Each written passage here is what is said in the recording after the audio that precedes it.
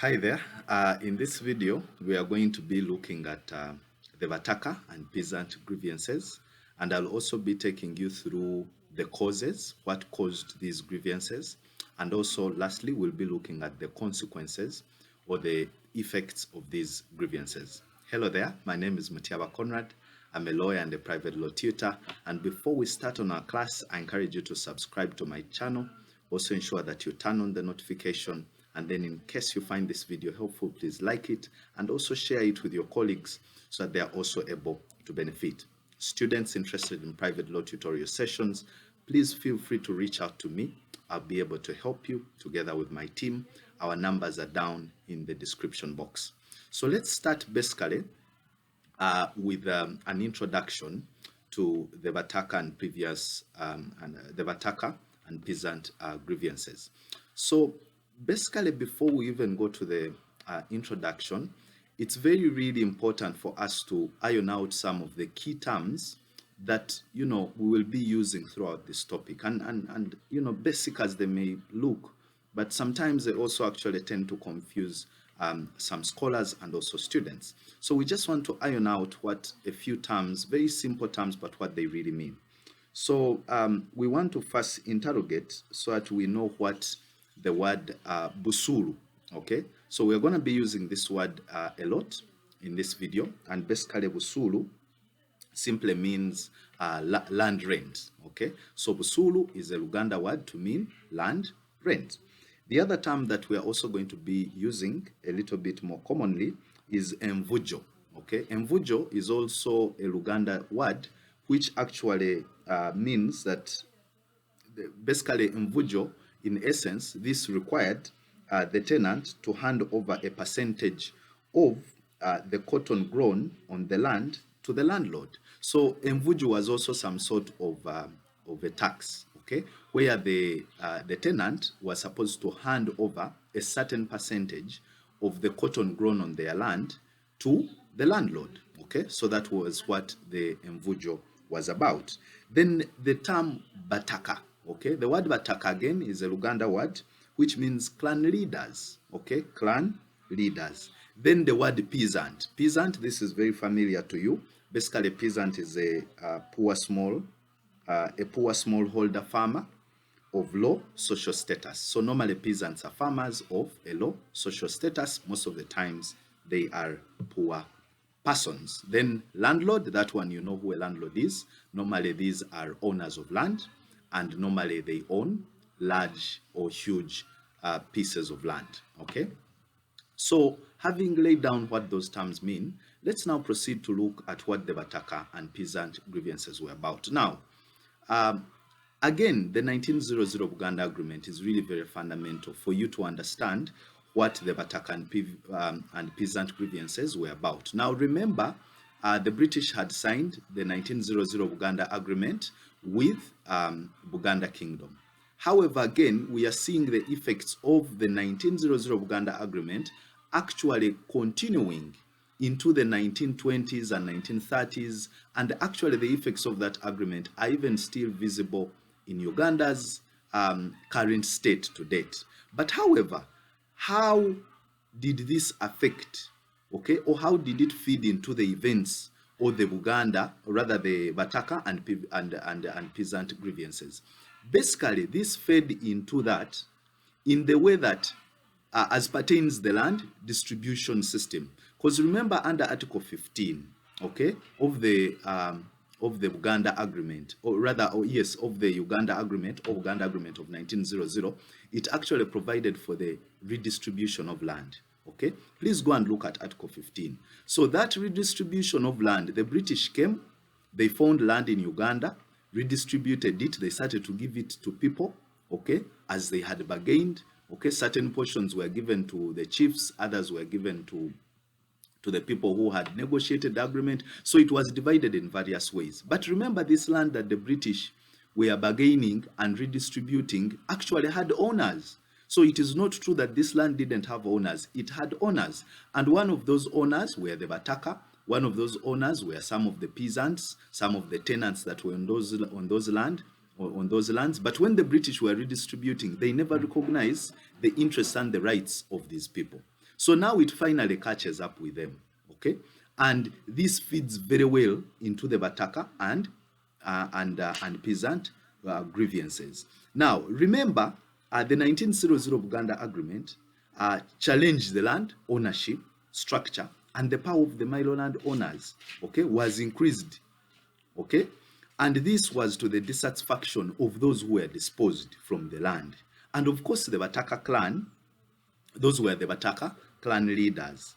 Of course, they further formed later on, because of these grievances, they went on to form the Bataka Association in 1921. The Bataka Association was mainly to help them to churn out their grievances, mainly from the loss of their land and their interests in this land. Now, they were joined later on by the peasants. So the peasants later on also joined the Bataka. Why do the peasants join the Bataka? Because the peasants also had their grievances as pertaining to land, such as high taxes, okay, among others. So the peasants now later on also joined the Bataka, and they raised their issues. They actually raised their issues. They went and they raised their issues to the Kabaka of Buganda, who at the time was Daudi Chua. By this time, he had actually grown, because remember, by the time of the signing of the 1900 Buganda Agreement, Chua was actually a minor. He was very young. He was a kid. But by this time, he was actually grown up. So they took their issues to him, telling him, our king, we have issues pertaining to distribution of land, the loss of our rights, and also the peasants are saying that the taxes are high, they are being suppressed and undermined by the landlords. Now, of course, the Kabaka was not able to help them for a number of reasons. One, because the Luchiko was not within his control. The Luchiko, which was the parliament of Buganda, also actually was composed of landlords who were the same people that the peasants and the Bataka were actually challenging. So to the Kabaka, this was a bit complicated for him. So actually the Kabaka was not helpful, though actually the Kabaka sympathized with them. He felt their grievances, he agreed with them, he really realized that actually there was an injustice, but however, he was not able to help them. So they proceeded and actually appealed and petitioned their concerns to the Luchiko. Luchiko is a Luganda word to mean parliament. The parliament of the Baganda is known as Luchiko, or the parliament of Buganda Kingdom.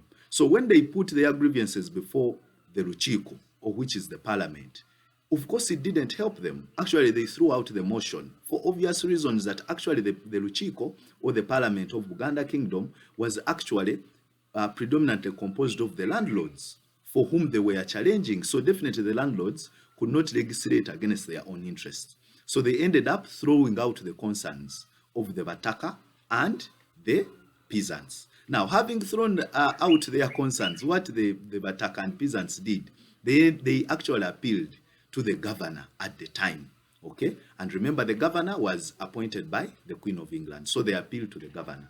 And the governor, of course, also by that material time, the governor also had interests, okay? Britain also had interest in this same issue. So what the governor did, he set up a commission of inquiry to inquire into these grievances pertaining to land. And after a thorough inquiry and investigation, later on, as one of the solutions, the British government, through the governor at the time, introduced what we called, or what is known as the Busulu and the Mvujo laws. Those were the ones of 1925 and 1928. These were introduced more as a mitigation measure to the grievances of the Bataka and the peasants. Now, what is important here to note of constitutional and political history is actually what this Mvujo and Busulu laws actually provided for. They, in essence, provided that, one, they recognized that the landlords were actually the owners of the land. But at the same time, they also recognized the interest of the tenants, okay, or abapangisa, okay, in the land. So they gave ownership to the landlord, but they also recognized the interests of the tenants. These interests included, one, the right to pass on their interest in land to their children, and you know, so it provided for hereditary rights.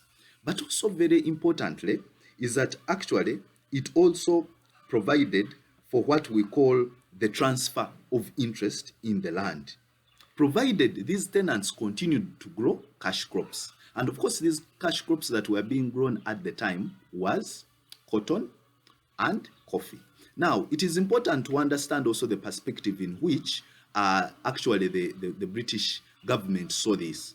In the eyes of the British government and the governor, for them, they were interested in Uganda producing a lot of cotton so that they can take it to Britain for purposes of developing their country and for feeding into the industrial revolution that was happening in Britain at the time. So in the eyes of the British and the governor and the Queen the Queen of England, for them what they were interested in is to exploit, to ensure that these farmers in Uganda, these peasants, are able to continue producing mass cotton to feed their industries. So that's why the governor had to bring in the Busulu and Imvujo law to ensure that there is that continuity of production, not to affect production of cotton. So basically, that is the background that made up what is known as the Bataka and peasant grievances. It's also important to note the time frames within which or when this actually happens. This happens between 1920 and 1930. This is when actually these grievances happen. But it's important to note that actually the spillover effects of these grievances actually proceed up to around 1940. And even the causes actually stretch to as far as 1900. But predominantly these grievances, which also included riots, demonstrations, grassroots mobilization, actually predominantly happened between 1920 and 1930. So having laid down that background, I guess now you understand the implication of the 1900 Buganda Agreement on the Bataka and peasant grievances. Let's now proceed to look at the causes of the Bataka and peasant grievances. What were the causes? What actually caused these grievances? It's very quick now to realize what the causes were, especially after that exhaustive introduction that I've given. But we are going to quickly point them out and then we run through them. One of the causes was that the Bataka, okay, we said the Bataka clan leaders, the Bataka wanted the return of their land rights. Remember, they had lost their land rights due to disposition of Article 15 of the 1900 Buganda Agreements. So, because of this disorientation by Article 15, they desired to have their land rights back. Because when the British came, they distributed land as they saw fit, okay, and they had disregarded the rights and interests of those Bataka or the people that actually initially were in occupation of this land. So that was cause number one. Cause number two is the failure to get an immediate solution from the king, who at the time was Daudi Chwa. Remember, I already told you that the Bataka and the peasants had actually petitioned the king, who was not able to help them. And they proceeded to the Luchiko, which of course, obviously, also threw out their concerns. And they ended up appealing to the colonial administration, which of course later on led to the enactment of the Busulu and Imvujo law, more as a remedy to the grievances and to correct the mistakes that actually the British had visited on Buganda and on Uganda in general.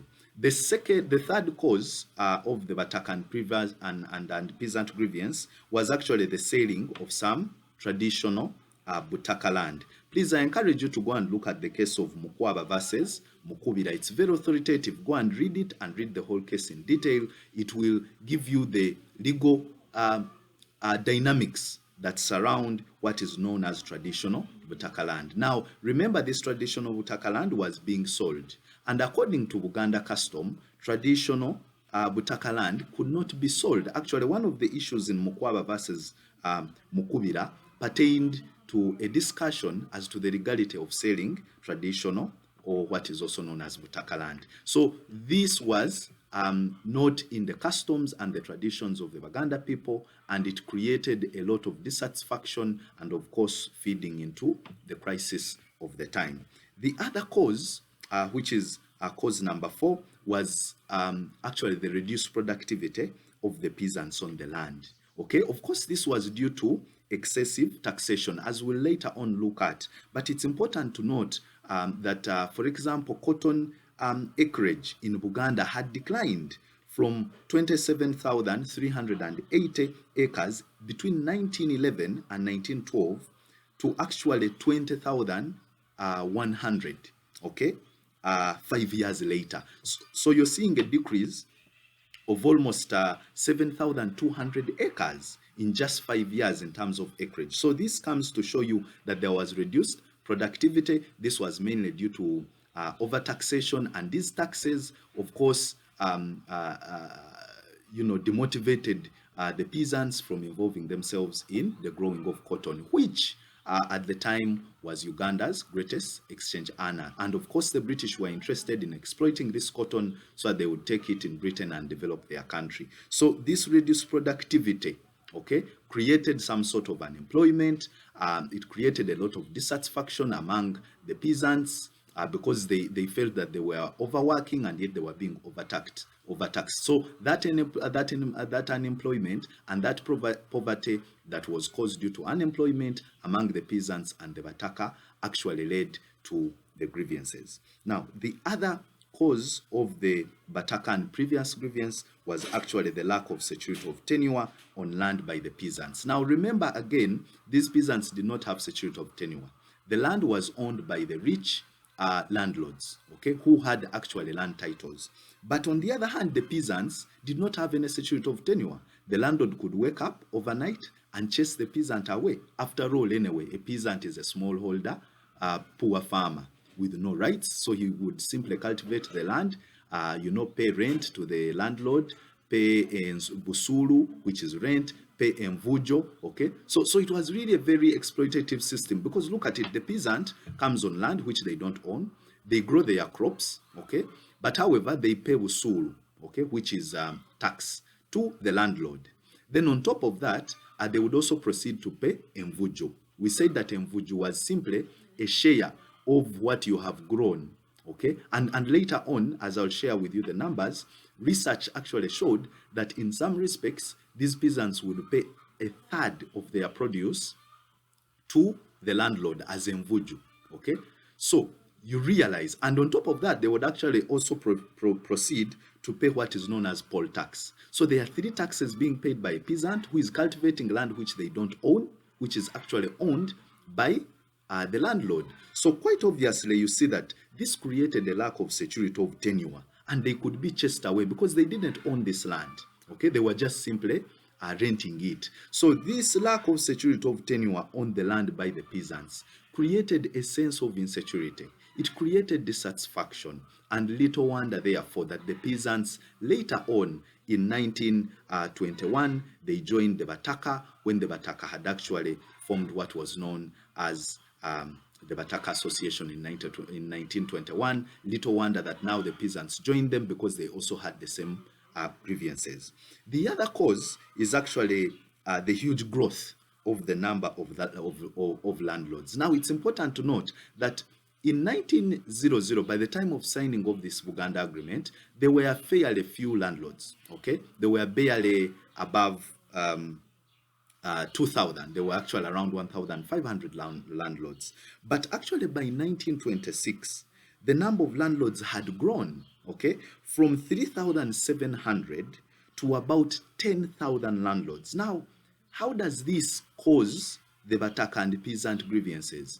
Remember, the increased numbers of landlords meant that the dissatisfaction would be more wider spread, because remember, these landlords collected more taxes, okay, they benefited more, they suppressed more of the tenants, okay, and that created a wide scale range of dissatisfaction. So the landlords were many, which meant that they actually suppressed these peasants more, and of course this created dissatisfaction. Now, the cause of this increase from 3,700 landlords to about 10,000 by 1926 was actually created due to inheriting the land, selling it to other people, and of course this created a lot more landlords. So this also fed into the cause of these grievances by the peasants and also by the Bataka, which also, of course, for the Bataka meant further displacement.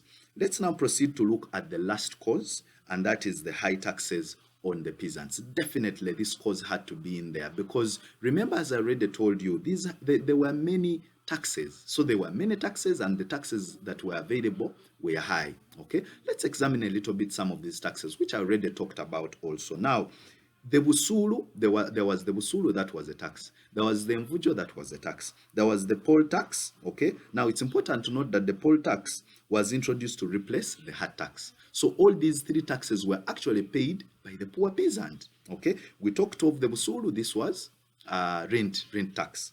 Then Mvujo, that was actually a direct tax where you had to give a certain proportion of your cotton. And as I told you, according to an investigation that was carried out in 1925, it found that landlords would, in some cases, actually ask for 1/3, okay, of what was grown by these poor peasants to be given to the landlord. And also on top of that, the colonial administrative government would also proceed on that same peasant to levy on them a poll tax. So these were so many taxes, three taxes on the same peasant who didn't even own the land. Okay, so the peasants were working hard and being overtaxed, and definitely this created dissatisfaction, and little wonder they later on start to mobilize their fellow peasants, and of course this also fed into the grievances of the Bataka, who are also fighting for their rights in land due to the displacement by Article 15 of the 1900 Buganda Agreement. And definitely you can see that this formed a bomb concoction, and little wonder therefore that we see a lot of demonstrations. It's very important to note that actually the Bataka and previous grievances were very huge in Uganda. Okay, and this is one of the ways that actually these people mobilized against the colonial government. Remember, Uganda had all these structures up to the village level. The peasants were organized in Uganda. They demonstrated against the colonial government. There were riots in Kampala. There were demonstrations. So there were all sorts of expressions of dissatisfaction against the colonial government. And of course, the colonial government could not allow this because this would destabilize their financial earnings from the Uganda protectorate. So definitely I think you can now see that these taxes were high and there were many, and of course the peasants could not allow this to continue to suffer and work for free. So the peasants had to join together with the Bataka, and of course that led to the cause. Let's now briefly and very fast proceed to look at the consequences of the Bataka grievances. What were some of the consequences that emanated from these grievances? So one, it led to the establishment of the Commission of Inquiry in 1925 by the British administration. Remember, these Bataka and the Bataka and the peasants had actually appealed to the British administrator, who was the governor, and the governor instituted a commission of inquiry, and it's the commission of inquiry that actually translated or recommended the Busulu and Mvujo laws of 1925 and 1928, which were brought into force. And of course, we already looked at what the Busulu and Mvujo laws provided for. The second consequence is that it actually led to the Bataka riots and demonstrations between 1920 and 1940. So the Bataka continued to riot. They continued to demonstrate. They were asking for their rights as pertaining land. Okay, they were asking for the colonial government to recognize their interest.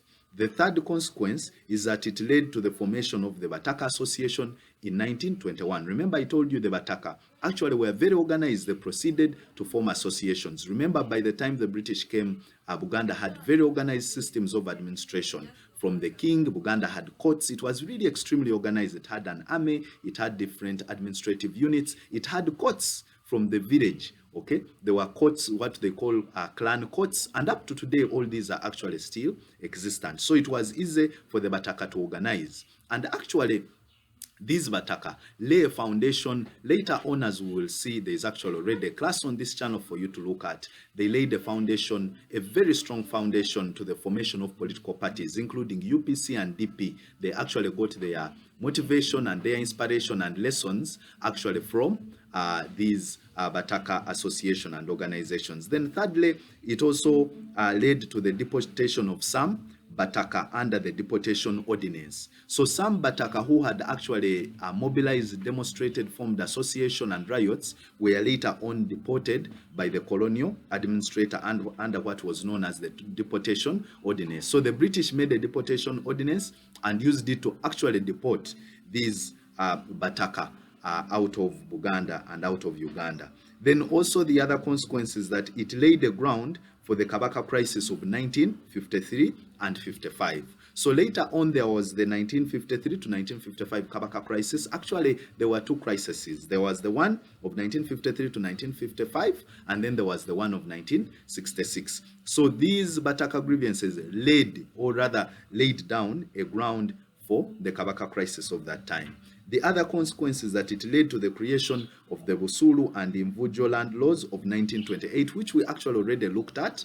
And the effects, we said that these Busulu and Imvujo land laws of 1928, actually, one, they recognize the ownership of the landlords. Okay, they recognized basically that these were the owners, but they also secured or gave some sort of security,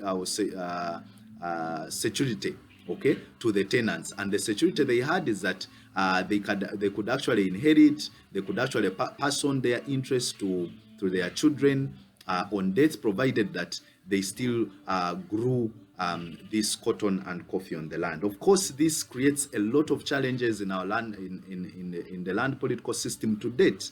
Some of these challenges are actually still existent. Then also the other consequences that it led to the ignition of socio-economic and political reforms by the Bataka Union, i.e. they submitted a memorandum to the colonial government in 1954 asking for the election of their own chiefs, okay, the rights to grow and process cotton and coffee, as well as engage in export trade. So it led to the agitation of socio-economic and political reforms. These Bataka did not stop there. They actually proceeded to ask for better rights in terms of them electing their own chiefs, their rights to grow and process cotton. They wanted to add more value, to their cotton and coffee so that they can get a higher price. So all this actually was a consequence of the Bataka grievances. Then it also led to the banning of the Bataka Union or Stroke Association in 1961 as an unlawful society by the Penal Code Ordinance of 1951. So later on, the British government actually bans this Bataka Union or Association because it had become a big problem to them. Okay, they were demonstrating, they were extremely strong, they had grassroots organization. So in the eyes of the colonial administration, they saw this as a challenge to their power and to their colonial government.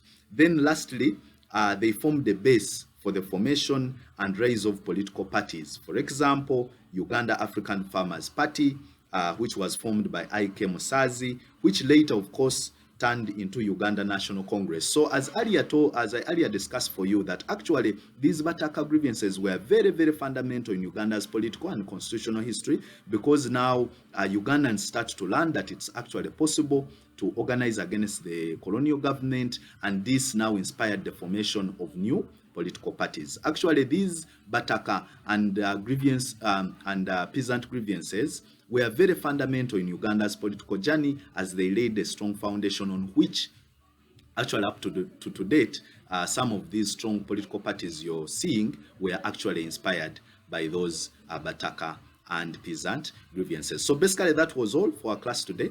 Thank you for following. If you have not yet subscribed to my channel, please encourage you to subscribe. Also turn on the notification and share and like this video in case you find the content helpful. And also students interested in private law tutorial sessions, please feel free to reach out to us. Our numbers are down in the description box. Grades really matter, and ensure that you have an expert to mentor you, to guide you, and you can always contact us and we can always make that arrangement. Thank you very much. We'll meet in another class. Bye-bye.